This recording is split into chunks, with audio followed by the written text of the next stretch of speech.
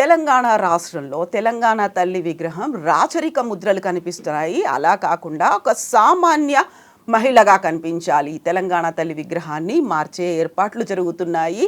ఈ 1 ఇయర్ సెలబ్రేషన్స్లో భాగంగా ప్రతిష్ఠించాలనే రేవంత్ రెడ్డి కృతనిశ్చయంతో ఉన్నారు. అయితే నిజంగా ప్రస్తుతం తయారవుతున్నటువంటి తెలంగాణ తల్లి విగ్రహం తెలంగాణనే ప్రతిబింబించబోతోందా? గతంలో ఉన్నటువంటి తెలంగాణ తల్లి విగ్రహంలో రాచరిక పోకడలు ఎందుకు కనిపించాయి? మనతో పాటుగా ఉన్నారు పొలిటికల్ అనలిస్ట్ ప్రకాష్ గారు. ప్రకాష్ గారు నమస్కారం అండి. సో గతంలో కిరీటాలు ఉన్నాయి, ఆభరణాలు ఉన్నాయి, అలా కాదు మనకు సామాన్యంగా తెలంగాణలో ఎలా ఉంటారో అలాంటి ఒక తెలంగాణ తల్లి విగ్రహాన్ని రూపకల్పన చేస్తున్నారు.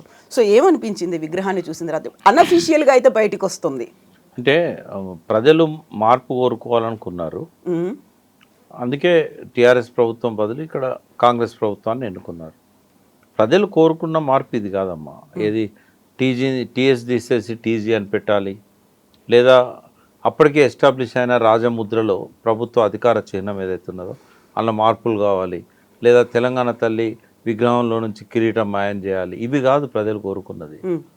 మార్పు అనేది ఒక ముఖ్యమంత్రిలో మార్పు, ఒక పాలనా పద్ధతిలో మార్పు. అయితే ఏదో చేయబోతే కోతి అయిందని అంటారు కదా, అట్లా అయిపోయింది. ఇప్పుడు ప్రజలు తల వంచుకునే పరిస్థితి వచ్చింది. వాళ్ళు కోరుకున్నది ఏది జరగకపోగా ఈ వెర్రితలలు వేస్తున్నది మార్పు అనేది. ఇప్పుడు టీఎస్ అనే దానిలో ఒక అర్థం ఉంది, తెలంగాణ స్టేట్. టీజీలో ఏముందమ్మా? ఓన్లీ తెలంగాణ. దానికి ఆ సఫిక్స్ అనేది లేకుండా పోయింది, మళ్ళీ వేరే స్టేట్ అని పెట్టాలి. అప్పుడు ఆ డిస్కషన్ వచ్చినప్పుడు కేసీఆర్ గారు టీజీ అంటే దానికి ఏమి ఉండదు స్టేట్ అనేది, టీఎస్ అంటే తెలంగాణ స్టేట్ అనేది ఉంటుంది. కాబట్టి ఆ రకంగా చేస్తేనే బాగుంటుంది అని చెప్పి కర్ణాటకని కేఎస్ అంటాం, కర్ణాటక స్టేట్. కాబట్టి అట్లా చేస్తే బాగుంటుంది అని చెప్పి అప్పుడు పెట్టారు. సరే, ఇప్పుడు మళ్ళీ దాన్ని మార్చేసి అర్థం లేకుండా చేశాడు. సరే, అదేంటే ఏంటంటే ఇప్పుడు వెహికల్స్ మీద కానీ ఎక్కడ కానీ ఆర్టీఓ వాళ్ళు ఒక ఆదేశం జారీ చేయగానే అందరూ మార్చుకుంటారు, మార్చుకోకపోతే పెనాల్టీ కట్టాల్సి వస్తుంది. కానీ ఇక్కడ తెలంగాణ తల్లి అనేది ఫస్ట్ దాని హిస్టరీ చెప్తాను నేను. కిరీటం ఎందుకు అవసరమైంది, ఆ రూపం ఎట్లా తయారైంది తెలియాలి, చరిత్ర. ఇప్పటి జనరేషన్కి అది తెలియదు. అసలు ఏ సందర్భంలో తెలంగాణ తల్లి విగ్రహం అవసరమైంది, అదొక చారిత్రక ఉద్యమ అవసరంగా తెలంగాణ తల్లి ముందుకొచ్చింది. లాబింగ్ ద్వారా తెలంగాణ తెస్తానన్న కేసీఆర్ కాంగ్రెస్ ద్రోహంతో లాబింగ్లో విఫలం అయిపోయి మళ్ళీ మనం జనంలోకి పోయి ఉద్యమాన్ని బిల్డ్ చేయాలి. విద్యార్థులు 69లో చాలా మూల్యం చెల్లించారు.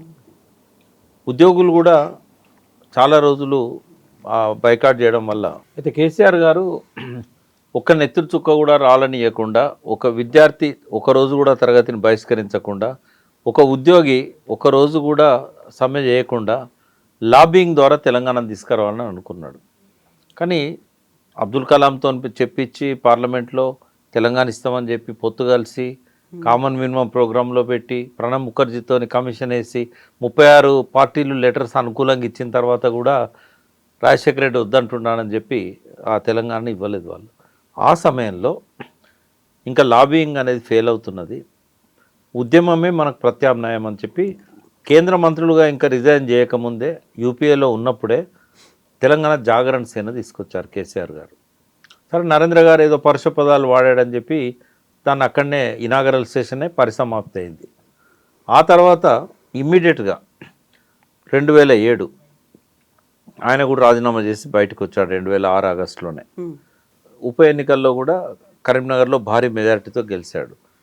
సో ప్రజల లోపల ఉద్యమ చైతన్యం ఉన్నది,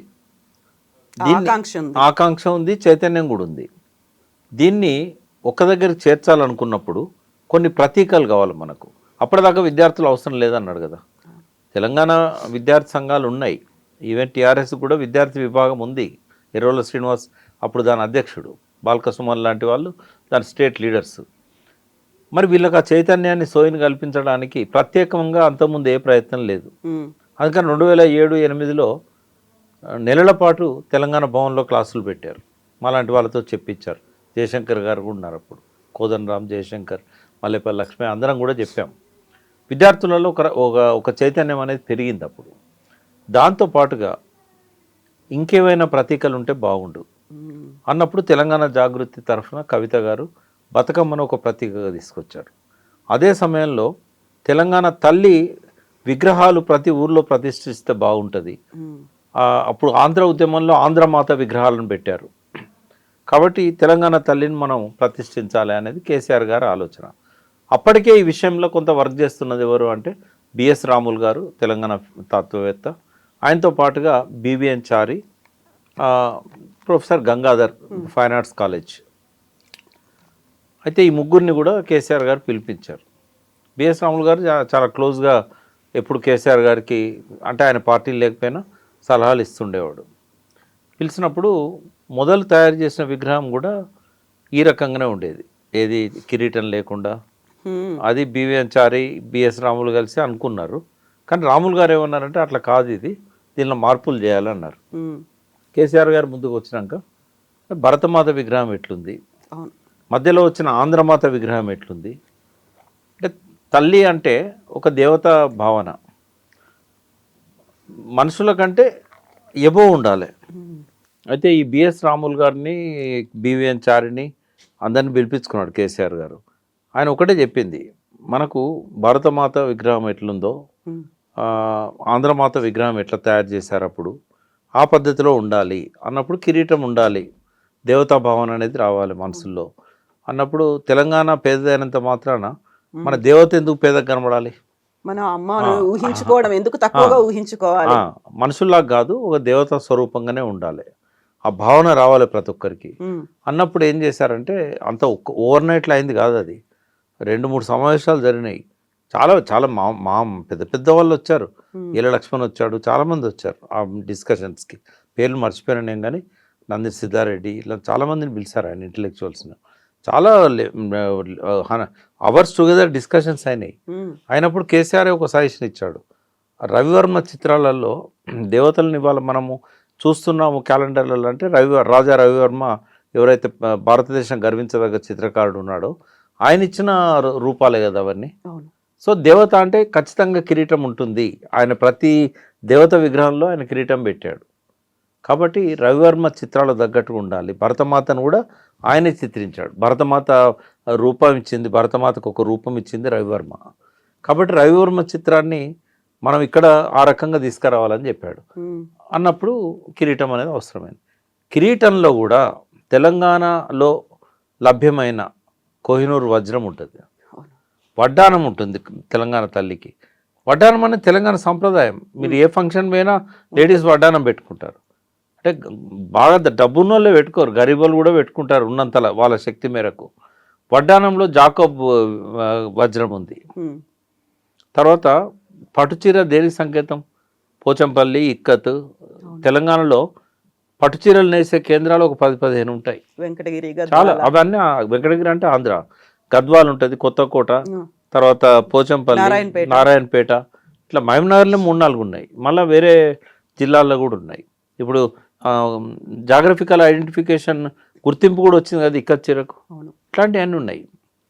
సో దాంతో పాటుగా చేతుల్లో ఏముండాలి, ఒక చేతిలో బతుకమ్మ, ఒక చేతిలో తెలంగాణ మెట్ట పంటలకు ఉదాహరణగా జొన్న కంకి, మొక్కజొన్న, ఇవన్నీ కూడా అందులో పెట్టడం జరిగింది.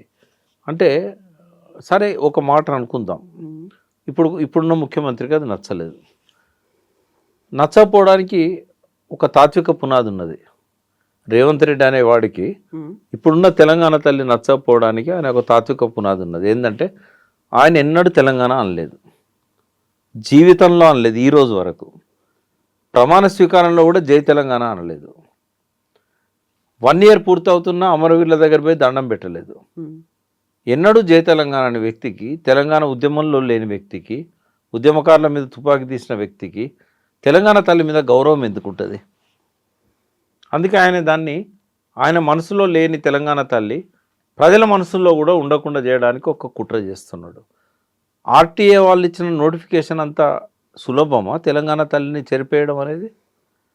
లేదా కేసీఆర్ గారి అడుగుజాడల్ని తుడిచేస్తా, ఆయన జ్ఞాపకాలను లేకుండా చేస్తా, ఆయన గుర్తులను చెరిపేస్తా అని ఏదైతే అంటున్నాడో అది ఒక్క కేసీఆర్ గారు సృష్టించిందా? సో కేసీఆర్ గారు లాబియింగ్ ప్రక్రియ ఎప్పుడైతే విఫలమైందని అన్నారో, సో మళ్ళీ ఆయన ఈ తెలంగాణ తల్లి విగ్రహానికి రూపకల్పన చేసిన క్రమంలో మొట్టమొదటిసారి నవంబర్ 15, 2007న తెలంగాణ భవన్లో తొలిసారి ఆ విగ్రహాన్ని ఆవిష్కరించడం జరిగింది. పస్నూరి దయాకర్ మొన్నటి వరకు ఎంపీగా ఉన్నారు టీఆర్ఎస్ ప్రభుత్వంలో. ఆయన లోక్సభ సభ్యునిగా 2 సార్లు ఎన్నికయ్యాడు. అతను ఫైన్ ఆర్ట్స్ కాలేజ్ స్టూడెంట్ ఉండే. ప్రొఫెసర్ గంగాధర్ ఎవరైతే తుది రూపం ఇచ్చారో ఈ తెలంగాణ తల్లి విగ్రహానికి, ఆ విగ్రహాన్ని అంటే తయారు చేయడంలో ఒక శిల్పిగా పస్నూరి దయాకర్ గారి పాత్ర ఉంది. ఆయన ఇప్పుడు రేవంత్ రెడ్డి గారు పక్కనే కాంగ్రెస్ పార్టీలో ఉన్నారు. సో ఆయన చేసిన విగ్రహాలే ఇవాళ మనకు తెలంగాణలో చాలా దిక్కులు మనకు కనబడతాయి.